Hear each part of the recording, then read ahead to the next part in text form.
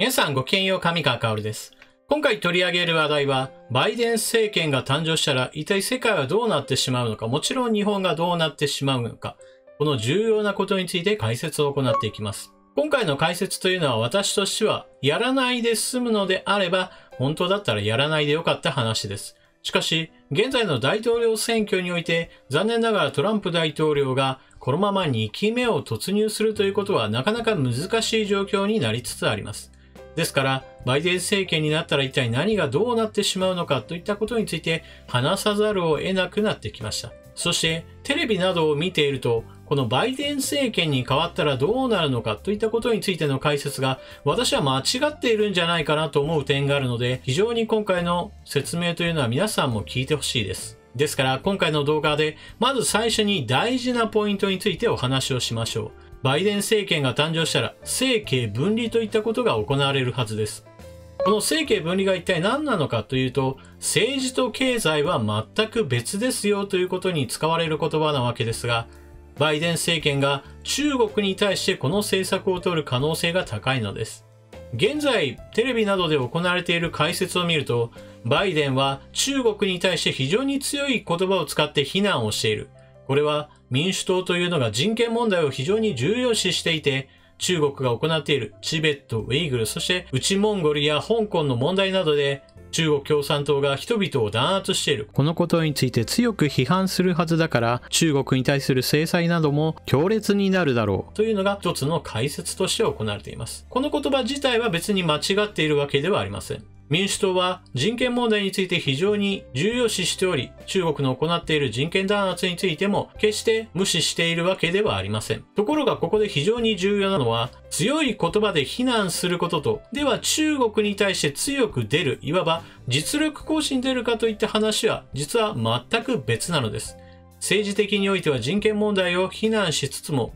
しかし、経済問題においては中国を何ら制約かけないといったことが十分考えられるわけです。一体なぜそのように考えられるかといえば、トランプ政権はまず共和党の政権でした。一方で、バイデン政権となればそれは民主党を支持基盤とします。そして、民主党の支持基盤で政権があった時代といえば、トランプ大統領の前、オバマ政権時代だったわけです。しかし皆さん考えてもみてください。オバマ政権時代にも中国は人権弾圧はすでに行っていました。しかも、それは過去からずっと継続的にです。チベットやウイグル問題といったものは決してつい最近起こった出来事ではありません。オバマ政権が始まるその前からすでに存在していた問題で、人権問題として存在していました。チベットの弾圧があまりにも激しいために、チベット仏教僧が焼身自殺して中国共産党に抗議するといった映像なども出てきてはいますが、しかし中国共産党が弾圧をやめたわけでもありませんし、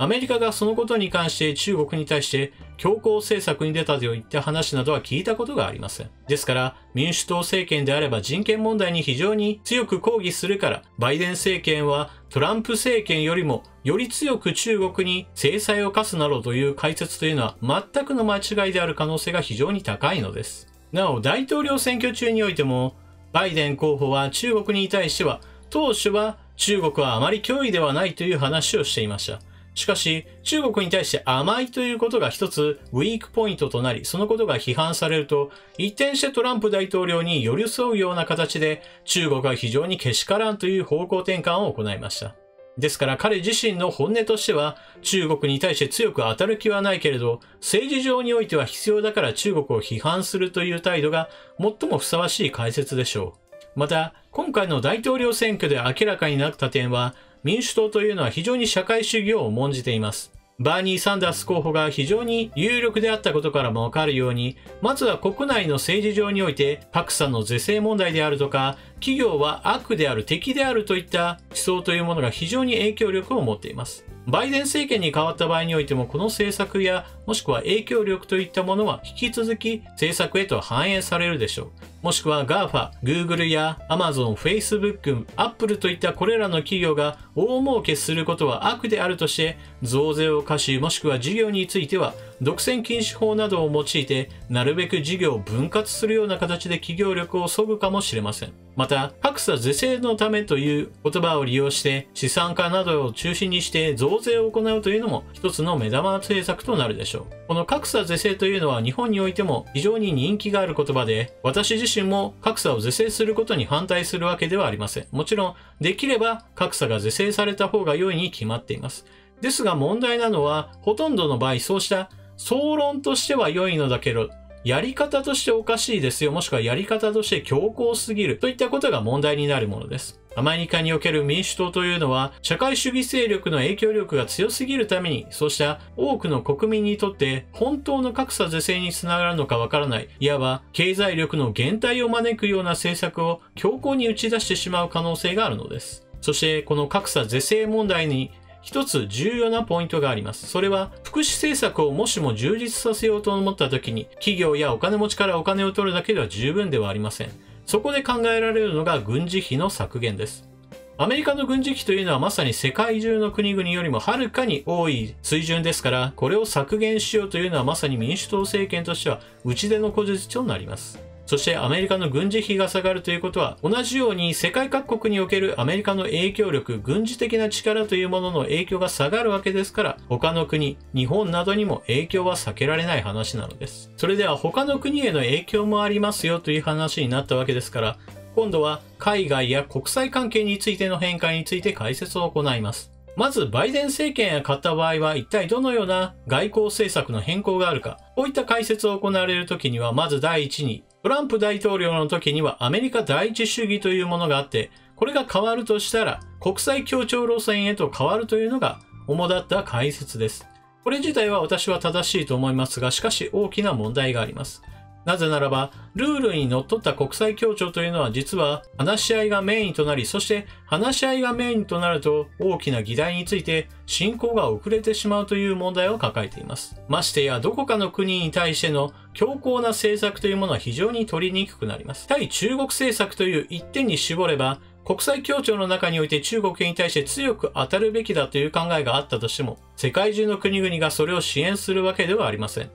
私はこのチャンネルの動画の中で何度となく触れていますが、世界は様々な思想で分かれています。中国が世界の敵だという人もいるわけですが、世界中に中国のお金が入って、中国の言うことを聞く、もしくはアメリカなんか大嫌いだという国なんかもたくさんあるわけです。反米国家と知られるような国は様々ありますし、南米やアフリカ大陸、中東、そして東南アジアなどにおいても中国の息のかかった国々というのがたくさんあって、例えば中国で行われている人権問題についても国連の場で非難しようと思ったら、中国側につく国というのもたくさんあることは皆さんもご存知なはずです。決して国連の場において中国を批判したら全ての国々が中国を批判するというわけではないのです。ですから国際協調路線に戻るということは、同時に中国一国に対して強烈な制裁をかけるといったことが非常にやりにくいということを意味します。ですから実質的な中国への圧力というものは弱まる方向に進むというのが国際協調路線なのです。そしてこの路線においても私は一番最初に大事なポイントですよといった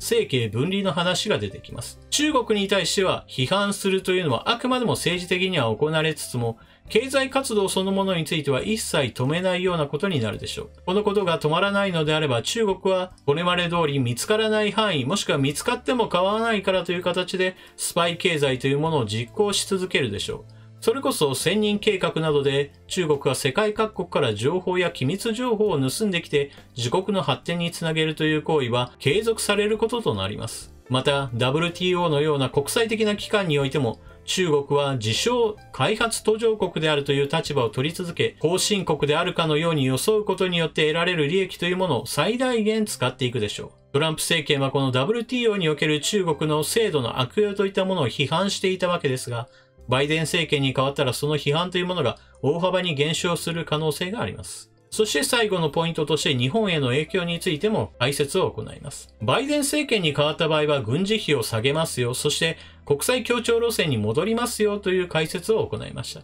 この影響というのが日本にどう関係するかといえば、それは対中国政策が実質的に弱まる、それによって日本というものは残念ながらアメリカというのが頼りにならない、そして負担だけが強いられる国となります。軍事費が削減されることによってアメリカ軍は海外に様々な拠点を持っているわけですが、現地の国家にその負担を増加を求めることとなります。それこそ在日米軍の場合であれば、本国において軍事費が削減された影響というのは、その差分というのをまさに日本へと転嫁を求めることとなるでしょう。ですから、思いやり予算などというものがさらに増額されるというのが当然のように行われるでしょう。しかも、国際協調路線の話で言えば、国際ルールにのっとってどこかの国に肩入れしないという可能性すらあるのです。日本においては、尖閣諸島において中国が侵略の意図を明らかにしていますが、これはあくまでも日本と中国の二国間の関係である。だからアメリカは関係ないという姿勢を取ったら、アメリカとの同盟というものは非常に意味が薄くなってしまいます。しかし、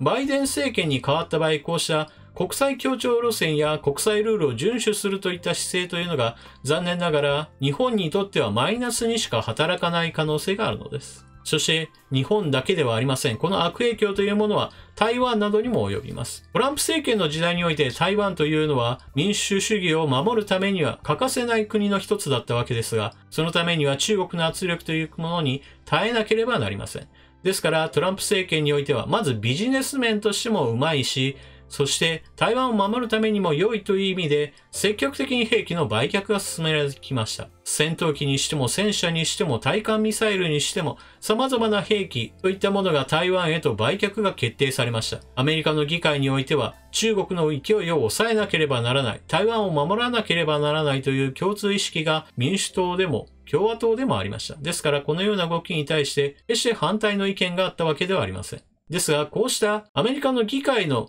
支援があったとしても、大統領そのものがこうした政策というものを変更する可能性があります。それこそ中国との経済関係を重視するのであれば、中国が嫌がるような政策は行わないというのが、すでに過去のオバマ政権時代に行われていました。先ほども述べたような台湾への兵器売却というのは、オバマ政権時代にはほとんどが停止していたのです。バイデン政権に変わった場合においては、こうした台湾への支援というものが凍結される可能性があるので、そのようなことになれば当然のように台湾への圧力は増しますし、そして台湾がこうしきれないとなれば当然のようにこのアジア地域における中国軍の勢いというものを止めることが非常に困難になり、尖閣諸島などの危険というものもさらに上昇し、彼らがある日上陸していたとしても不思議ではない未来というのが存在するのです。その時に例えば自衛隊が直接的な攻撃を受けないようなことになれば、アメリカは全く関与しない。つまり日本と中国だけの関係の話であり、アメリカは関係ないよという姿勢を取る可能性があるのです。以上のようにバイデン政権に変わったら一体どのような未来が待っているのかといった解説を行ってきました。ポイントをもう一度言います。バイデン政権は口ではこれまで以上に厳しく中国を批判するかもしれません。しかし行動としてははるかにトランプ政権より後退する形で中国への圧力を弱める可能性の方が高いのです。国際協調路線という響きのいい言葉を使って残念ながら中国への圧力が減り中国とのビジネスの方を優先するかもしれません。そしてビジネスを優先する上においては中国共産党にとって目障りとなるような政策についてはひっくり返す、つまり軍事的な圧力についても弱める可能性の方がはるかに高くなるのです。そして国内の格差是正や企業を敵視した政策というものを実行するようなことになれば当然のようにアメリカの繁栄というものにも陰りが出るでしょう。一時的においては福祉政策の充実によって国民の人気というものは上がるでしょうが、少なくとも日本にとってどうなのかといった話としては中国への圧力が減り、決して日本にとっては都合の良い未来ではありません。バイデン政権に変わるというのは非常に日本にとっては厳しい未来が待っているよという話なのです。ですからバイデン政権に変わってどうなるんですかという解説を見た時にも必ずこのような口ではいいことを言いつつも、しかし実質問題として日本にとっては良いことはないのではないかといった一つの視点は決して忘れないようにしてください。今現在はまだバイデン政権が誕生すると決まったわけではないものの、ではバイデン政権が誕生した時には一体どのようなことになるのだろうということは事前知識としてぜひとも覚えておくといい情報だと私は思います。皆さんはバイデン政権に変わった場合の影響についてどのようにお考えでしょうか。ぜひともコメントしていってください。自分の考えというものを言葉にして出力すると、それによって考えがまとまるものです。コメント欄というのはぜひともそのようにして活用してみてください。それでは動画を最後までご視聴いただきありがとうございました。チャンネル登録していない方はぜひともチャンネル登録を。また私の活動を支えてくれるメンバーの方も随時募集しておりますので、ぜひとも検討をお願いします。それでは次の動画でまたお目にかかりましょう。またね。